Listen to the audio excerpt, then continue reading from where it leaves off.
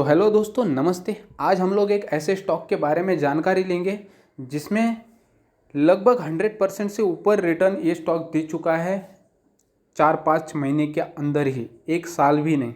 दोस्तों, ये स्टॉक जो है इसमें मैंने इन्वेस्ट किया था और मैंने एक ऐसा अमाउंट इसमें इन्वेस्ट कर दिया था जब मेरे सारे के सारे जो काम है वो निपट चुके थे। मैंने बैंक से मतलब अपने जो डीमैट अकाउंट है, कुछ अर्जेंट काम के लिए पैसा लग रहा था तो मैंने शेयर्स बेच के निकल गया था वहाँ से। और जो बचा कुचा अपना अमाउंट होता है ना, एक छोटा सा अमाउंट, मुझे लगा किस में लगाऊँ। तब मैंने इस शेयर के बारे में थोड़ा सा स्टडी किया। मैं ऐसे पेनी स्टॉक ही ढूंढ रहा था क्योंकि एकदम छोटी सी अमाउंट थी। एक बड़े स्टॉक में लगाने से मुझे नहीं लग रहा था कुछ फ़ायदा होगा। तो मेरी नज़र इसके ऊपर पड़ी और उस टाइम में लगभग मई जून के आसपास में मैंने इस शेयर में उसको डिप्लॉय कर दिया है। 3-3.5 रुपीज़ के आसपास का मेरा कुछ बाइंग था। और दोस्तों, आप मतलब शॉक हो गया मैं जब इस शेयर के रिटर्न मैंने 104% देखे। यार, एक साल भी मतलब दिसंबर मंथ भी नहीं आया, 104% के रिटर्न ये शेयर दिया मुझे। मैं निकल गया। मतलब मैंने राम राम कर दिया इस शेयर को, क्योंकि मुझे लगा बस मुझे नहीं रुकना है, क्योंकि बहुत ही ज़बरदस्त इसके रिज़ल्ट आ गए हैं दोस्तों। और उसके बाद में मैं नहीं रुका क्योंकि मैं जस्ट सरप्राइजिंग टाइप से मैंने लगा दिया था और मैंने निकाल भी लिया। बट ऐसे शेयर में आपको एक बहुत ही ज़्यादा रिस्क के साथ में पैसा लगाना होता है। भले ही अभी फ़िलहाल स्टील सेक्टर जो है वो अच्छा काम कर रहा था, सभी स्टील सेक्टर से रिलेटेड शेयर्स ने अच्छा परफॉर्मेंस दिखाया। तो यहाँ पे इसका जो परफॉर्मेंस वो तो एकदम ही ज़बरदस्त। मतलब आप देखिए, इसका जो प्रॉफिट वगैरह था, पहले प्रॉफिट 0.651 करोड़, उसका रिवेन्यू भी कम था। और वहाँ पे अभी आप इसका जो फाइनेंशियल्स, इसके जो रिज़ल्ट देखोगे तो आप शॉक हो जाओगे दोस्तों। इसके रिज़ल्ट, इसका नेट प्रॉफिट में राइज 236% का राइज आया इसके नेट प्रॉफिट में, स्टैंड अलोन प्रॉफिट में। इसका जो सेल्स है वो डिक्लाइन हुआ है, भले ही उसका जो पहले सेल्स था वो था लगभग 16.38 करोड़। तो वहाँ से सेल्स जो है उसका वो तो 7.37 करोड़ ही आया। बट इसका जो नेट प्रॉफिट है वो 236% हुआ। मतलब 1.95 करोड़, लगभग 2 करोड़ के आसपास इसका प्रॉफिट आया। जबकि पहले जो था इसका क्वार्टर, वहाँ पे उसका प्रॉफिट 0.58 करोड़ ही था। तो इतना बढ़िया सा जंप दिखाया, तो शेयर भी जंप दिखाना एकदम लाजमी सी बात है। अब चलते हैं, ये तो मेरा किस्सा हो गया। अब चलते हैं हम लोग इसके ऊपर कि क्या इसे लेना चाहिए, अब इस रेट पे क्या इसे लेना चाहिए। तो डेफिनेटली दोस्तों, मैं मेरा व्यू यहाँ पे आपको बताने वाला हूँ। उससे पहले हम लोग इसके फाइनेंशियल्स थोड़े से देख लेते हैं ताकि आपको कुछ समझ में आएगा। सबसे पहले देखेंगे कैश फ्लो। भाई, तेरे पास पहले रिजर्व है क्या कुछ? तो हाँ। अरे, निगेटिव में से 9.69 से बढ़कर इसका कैश फ्लो जो है 17.40 हो गया भाई।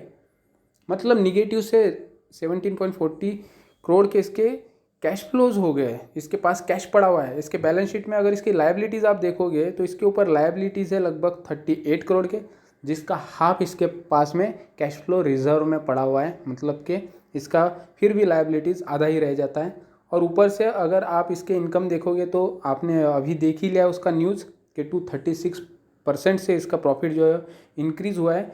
ये पहले के डेटा है जहाँ पे 0.51 करोड़ ही इसका प्रॉफिट था। अब इसमें तेज़ी आना तो एकदम जाहिर सी बात थी, इसमें कोई बड़ी चीज़ नहीं है, तेज़ी तो आनी ही थी। तो भैया, मैं तो देखिए 1 वीक में इसने परसेंटेज में रिटर्न 14% दिए और 1 मंथ में देखिए 68%। और मैं लगभग 4-5 महीने के अंदर ही इसमें 104% के रिटर्न लेके निकल गया। ये जो मिनी स्मॉल स्टॉक होते हैं दोस्तों, यही आपको पैसा बना के देते हैं। जब ऐसा फेज़ होता है, आपको परखने होते हैं ऐसे स्टॉक जहाँ पे आपका पैसा बन सकता है। बट इसमें पैसा जो है आप उतना ही लगा सकते हो जहाँ पे आपको फ़र्क नहीं पड़ेगा।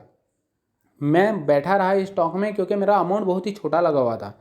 अगर मैंने बिग अमाउंट लगा दिया होता, मुझे 20% उस बिग अमाउंट पे दिख रहे होते, मुझे नहीं पता कि मैं निकल भी चुका होता। बट छोटी सी अमाउंट लगी हुई थी, बस वो हो रही है, उसके तरफ देखना नहीं है ज़्यादा, बढ़ रही है, एंजॉय कर रहे हैं। डायरेक्टली 104-105% की रिटर्न, चलो निकल लो। मतलब एक तरीके से पार्टी हो गई। अब यहाँ पे पार्टी के अगेन हो सकती है। तो दोस्तों, आपको पी रेशो के ऊपर ध्यान देना पड़ेगा। इसका जो पी है बहुत ही हायर लेवल पे है, सेक्टर के से इसका पीवी भी हायर है। और डिविडेंड वगैरह के बारे में सोचना ही नहीं है, बहुत ही एकदम छोटा शेयर है। तो इसमें एक मेन चीज़ है दोस्तों कि यहाँ पे जो है प्रोमोटर्स भी अपनी होल्डिंग बढ़ाते चले जा रहे हैं। जहाँ पे पहले था 46.12%, वहाँ पे प्रमोटर ने होल्डिंग्स 53.41% कर दी है, लगभग जून में कर दी है और सितंबर में भी कांस्टेंट बनी हुई है, पहले कम थी इसकी। तो दोस्तों आप म्यूचुअल फंड भी देखिए, एकदम हल्की क्वांटिटी में इसमें इन्वेस्टेड है 0.04 से, और अदर डोमेस्टिक इंस्टीट्यूशंस भी छोटे से क्वांटिटी में इसमें इन्वेस्टेड है 0.02%। तो यहाँ पे अगर से म्यूचुअल फंड के ऊपर आप ध्यान रखिएगा, यहाँ पे अगर इनका होल्डिंग वगैरह बढ़ता है, क्योंकि प्रमोटर ने तो होल्डिंग बढ़ा दी है, जहाँ पे आपको एक कॉन्फिडेंस आ जाता है और आपको समझ में आता है कि जो प्लेज है होल्डिंग वो तो निकल चुकी है, तो शेयर के ऊपर कॉन्फिडेंस आता है। बस आपको ये करना होता है कि म्यूचुअल फंड के डेटा के ऊपर भी ट्रैक रखना पड़ेगा, ताकि अगर से इसमें होल्डिंग म्यूचुअल फंड की भी बढ़ती है, अदर फॉरेन इंस्टीट्यूशंस की भी बढ़ती है, तो शेयर में जो है वो सडन जंप 3 टाइम 4 टाइम्स का आना एकदम सिंपल सी चीज़ बाद में हो जाती है छोटे से शेयर में। तो दोस्तों यहाँ पे मैं तो नहीं सजेस्ट करूँगा कि ये अपर सर्किट लगाया जा रहा है और आप उसके बीच में कूद जाओ, बट देखिए थोड़ा सा रिलैक्स होने दीजिए, डेफिनेटली रिलैक्स होगा। और वहाँ पे एक एंट्री के लिए अच्छा पॉइंट जब मिलेगा आपको 4 रुपीज़ के आसपास में, तब आई थिंक इसमें अच्छा रहेगा। तो मैं फ़िलहाल के डेट में सजेस्ट नहीं करूँगा कि ऐसे ऑलरेडी बढ़े हुए स्टॉक में, जो कि आप देखोगे एक साल में इसने 1123% के रिटर्न एक साल में ये दे चुका है। और मैं आपको यहाँ पे सजेस्ट इधर नहीं करूँगा, क्योंकि लिक्विडिटी के भी कभी कभी प्रॉब्लम आ जाते हैं। तो आप थोड़ा वेट कीजिए, थोड़ा सा स्टेबल होने दीजिए इसको, ये ट्रेंडिंग में है फ़िलहाल के डेट में, तो आपको अच्छे खासे रिटर्न ये फिर से देगा। जब ये इसमें एक थोड़ा सा गिरावट आएगा, एंट्री लीजिएगा, बट उतना ही पैसा जितना कि आप लोग एंजॉय करोगे, बस उतना पैसा अगर लगा भी है और बाहर पार्टी करते हैं, बस उसी टाइप के पैसे इससे में इन्वेस्ट हमें करने चाहिए। ये था मेरा छोटा सा व्यू, छोटा सा एक्सपीरियंस। हैप्पी हूँ। Have a good day. जय हिंद, वंदे मातरम।